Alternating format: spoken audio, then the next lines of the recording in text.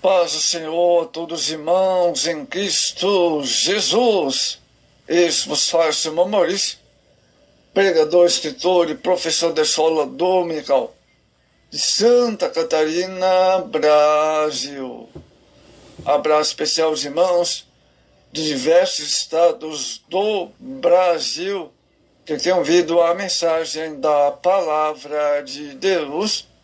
Amados, vamos dar continuidade ao livro do Êxodo, o livramento de Israel no Mar Vermelho. Vamos ver Êxodo 14, 13. Moisés prende seu povo: não temais, estai quietos, vede o livramento do Senhor que vos fará hoje. Amados, Mar Vermelho, um obstáculo na saída do Egito. Amados, o Mar Vermelho seria para Israel um obstáculo físico a ultrapassar para deixar a velha vida do jugo. Mas nos ensina que haverá sempre um determinado obstáculo que se apresentará como desafio para nos desvencilharmos da vida antiga. Os obstáculos da nossa vida. Para Israel foi um obstáculo, e para você? Qual foi a dificuldade? Primeiro, de um passado nefasto. Amados, o próprio velho homem, o antigo delito, um vício qualquer, uma prática concupiscente da carne. Lembramos que Deus lançará todos os nossos pecados nas profundezas do mar. Não importa o bramido do mar, do problema. Jesus tem poder sobre os mares. Nele podemos pedir, clamar. Vamos nos aproximar desta bênção. E representamos o mar bravo e sejamos vitoriosos. A estratégia divina para atravessar o Mar Vermelho. Deus fez notório a Moisés que seria sua estratégia para atravessar o Mar Vermelho e, por consequência, vencer todo o exército de Faraó. Primeiro, a estratégia divina. Percebemos que Deus é o que estabelece a estratégia da conquista. Fala aos filhos de Israel que voltem e acampem. Êxodo 14, 12. Israel devia fazer um movimento de retorno e espera. Na ótica divina, o retorno se constitui também no avanço e espera num exercício especial para o fortalecimento do coração e renovação das forças. Isaías 40, 31. Que possamos, em certos momentos, amados, saibamos retornar e meditarmos aos princípios que aprendemos da palavra de Deus. Provérbios 22 e o verso 28. Nem sempre o caminho da conquista é para a frente. Existem sempre momentos adequados para o retorno estratégico. Isso significa voltar atrás em alguns pensamentos, em coisas que são prejudiciais à sua vida.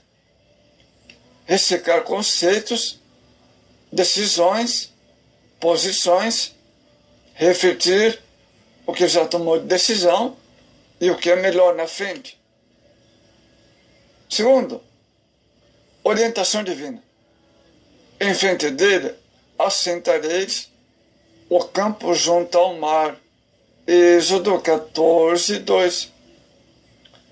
Observemos que Deus demarcou até pontos geográficos, que no caso seriam as cidades Pi-Hayot, que significa lugar de juncos, Megidol, que significa torre, e Baal-Zephon, que significa o Senhor de Zephon. Posicionados no lugar demarcada por Deus, estaremos sempre tranquilos diante dos problemas. Salmo 37, verso 4 e 5. Aguardamos a manifestação da providência divina. Salmo 46 e o verso 10. Terceiro, a vitória de Israel. Israel deveria atrair o inimigo e derrotá-lo. Então, Faraó dirá aos filhos de Israel: estão embaraçados na terra, o deserto os encerrou. Êxodo 14 e o verso 13. Enquanto o diabo pensa que estamos embaraçados, estamos elaborando planos, executando-os para a conquista de almas aprisionadas em sua obra e nas mãos dele. Sobre o adversário, o Senhor Deus mandará o espírito de confusão. Deus será glorificado, e serei glorificado em Faraó e em todo o seu exército. E saberão os egípcios que eu sou o Senhor. Êxodo 14, verso 4. A glória pela conquista do Senhor. O louvor não seria para os 600 mil homens de guerra de Israel. Outra coisa importante é a conduta do povo diante do mar. O comportamento do povo de Israel diante do mar foi de medo, e temeram muito. Êxodo 14, 10. Deus aborrece os covardes e medrosos. Então os filhos de Israel clamaram ao Senhor. A atitude de Israel. Vamos ver a atitude. Israel, antes do livramento e da resposta divina, murmurou. Eles desejavam morrer. Êxodo 14, 11. Como se o povo quisesse falar: é melhor morrer no Egito. Tomemos cuidado para não sermos levados e manobrados pelas más atitudes. A autoridade e da visão do Senhor repousa sobre nós. A conduta do líder diante do mar. Moisés, o líder que Deus levantou para guiar o seu rebanho pelo deserto. Salmo 77, verso 20. Encontrou um povo recalcitrante e de dura serviço de teimosia ante a conduta própria e negativa de Israel diante do Mar Vermelho. Ele se colocou como um grande comandante, Moisés. O que vemos pelas seguintes atitudes. Primeiro, mostrou-se corajoso e encorajou o povo. Amados, Moisés, porém, do seu povo, não tem mais. Êxodo 14, 13. Tratou por essa atitude de tirar o medo e a covardia dos filhos de Israel. Outra coisa, Moisés mostrou-se tranquilo. Acreditou na infalível providência divina. Estai quietos, vede o livramento do Senhor. Terceiro, estimulou a esperança do povo. O Senhor pelejará por vós. Amados, olha só que maravilha. Que Deus ajude a sermos como Moisés, corajoso, sereno, entusiasta, no cumprimento de nossa tarefa como obreiros na casa do Senhor, quando enfrentamos as dificuldades da vida e aquelas que inerentes ao cargo ou funções que ocupamos. Outra coisa importante é a garantia da assistência divina diante da adversidade. Então Moisés disse ao Senhor: porque clamas a mim? Diz aos filhos de Israel que marchem, Êxodo 14, verso 15. Essa palavra apresenta-se como infalível garantia da assistência divina. Primeiro, os meios da assistência divina.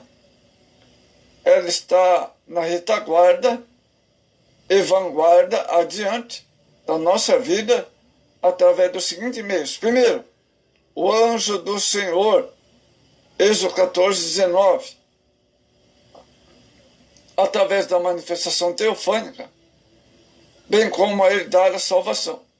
Segundo, a sombra protetora da nuvem, Êxodo 13, 21. Uma nuvem especial, provavelmente uma nuvem da glória de Deus, Êxodo 40, 34. Terceiro, a coluna de fogo, Êxodo 14, 19.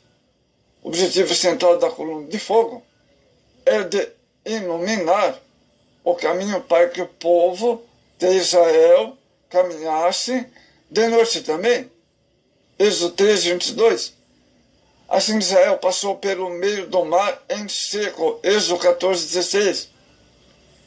Protegido pelo Senhor e todo o exército de Faraó, pereceu afogados no mar.